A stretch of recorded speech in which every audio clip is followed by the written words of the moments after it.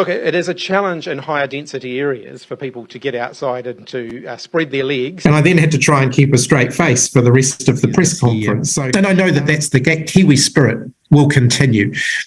We've also seen some really optimistic signs around our economy turning the corner after a really difficult period as well. Inflation is coming down again now. The economy is growing again. In fact, we've got some of the strongest growth rates in the world. Government debt remains low compared to so many other countries. We're getting the government's books back into surplus. And we've got a cost of living plan that's helping to support New Zealanders through what's been a really challenging period. When I reflect on the last 6 years that we've been in government, I reflect with a great degree of pride on the progress that we've made, but very mindful that there's still so much more to do. Nicola Willis has said that she wants to make those cuts before Christmas.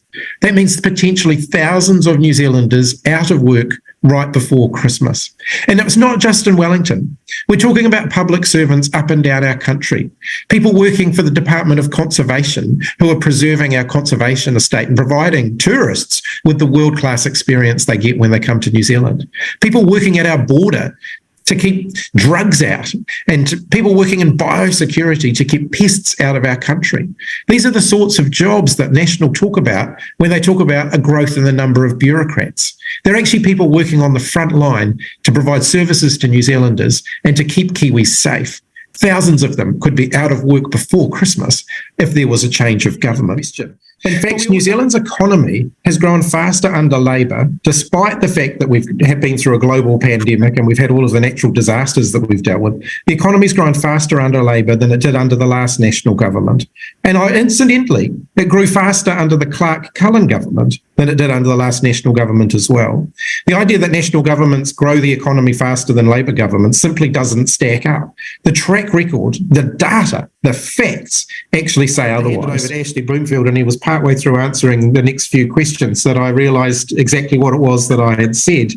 And I then had to try and keep a straight face for the rest of the press conference. So it gave everybody a little bit of light relief, I think, at a time when Kiwis were really looking for that. Look, it is a challenge in higher density areas for people to get outside and to spread their legs when they are when they're surrounded by other people. And those the photo on the street there. Do you want to explain to people what was happening there? Well, I decided that Jacinda had announced that she was retiring and standing down as Prime Minister. And so today I'm announcing that I will not be seeking re-election, and that my term as Prime Minister will conclude no later than the 7th of February. And I decided that I would go out for a walk the next morning. No decisions had been made about who was going to put their hand up for it. And I thought that I could just slip out the side door of the hotel and go and have a nice, peaceful stroll along the Napier waterfront. And I got about halfway down the road, and unfortunately there was a Newshub camera there loitering, waiting. Oh, come on, don't interview me when I'm in my tracksuit. It's not fair. How are you feeling today? Good, very good. It's a beautiful day in Napier. I'm enjoying some fresh air. I think that New Zealand has so much opportunity ahead of it. I think that a lot of what we have done over the last 6 years is heading New Zealand in the right direction. There's no doubt there's been disruptions along the way. And if I reflect critically on that, perhaps we should have been a bit more upfront with Kiwis when COVID hit and said, hey, actually, the stuff we said we were going to do, it's going to take a bit longer now than it was otherwise going to take. And maybe we probably should have been a bit more explicit with New Zealanders about that along the way. But we are heading in the right direction. Making sure we're investing in health and education and housing, lifting kids out of poverty, tackling climate change, rebuilding our infrastructure. These aren't things that we can take for granted. These are things that we have chosen to prioritise. So, if there were things that I could go back at and look at again, how would I do things differently? I think if I think back over the last couple of years, I'll extend the time frame of the question out a little bit and just speak to one of the elephants in the room during this campaign that no one's really talking about, and that is the COVID response, and it is the issue of vaccinations. I'm really proud of our COVID response. I'm really proud of the fact that New Zealand had very high rates of vaccination, but I also do recognise that was through that vaccination campaign that we started to see some division in our COVID response, which up until that point had been a very united response to COVID. If I could go back again now, I would try so hard, even harder than we did at the time, to try and keep the country together through that period. New Zealand needs to reduce its emissions from greenhouse gases. We pay for that through the emissions trading scheme. It means that those who are emitting pay through the emissions trading scheme for their emissions. In order to reduce our overall level of emissions, our government's made the decision that we're going to reinvest that money that comes through the emissions trading scheme into initiatives that actually help to reduce the emissions in the first place.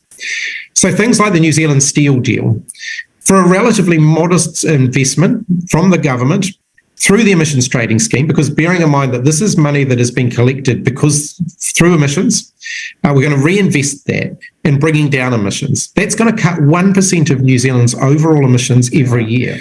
Providing access and choice, so free primary health care, free mental health counselling sessions through primary health care for free, is making a difference. Over 1 million New Zealanders have now accessed that, and that's increasing month by month, and we've got to continue to make progress on that.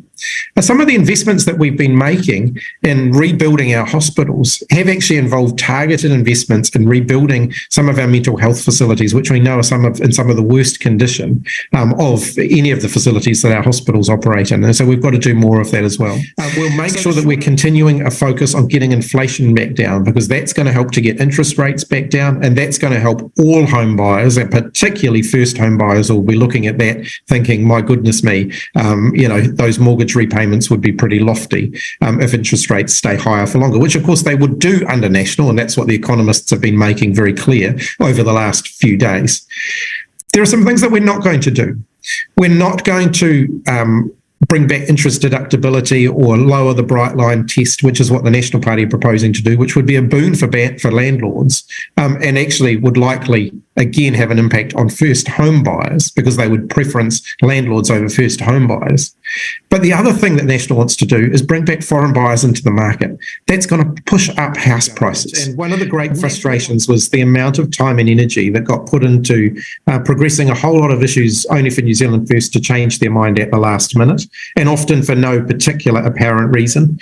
I don't think New Zealand First is a force for stability in government. Winston Peters has built his entire political career on opposing things. I don't think he actually knows how to build things. And so I think if we want a government that's going to lead New Zealand forward, having Winston Peters and New Zealand First in it is not going to be a recipe for that. Thank you. So now for our final question. It's now time for our final question of the night, which comes from Joy, who asks, what's the best short key message we can use to get people to party vote Labour? Party vote Labour to keep New Zealand moving forward. And so I'd also like this evening to thank the New Zealand Labour Party team who have been monitoring the chat and questions and have put this Zoom together this evening. Most of all, thanks to everyone for participating on the Zoom and for your support for Chippy and for Labour. Ko Mārie. Ko Mārie.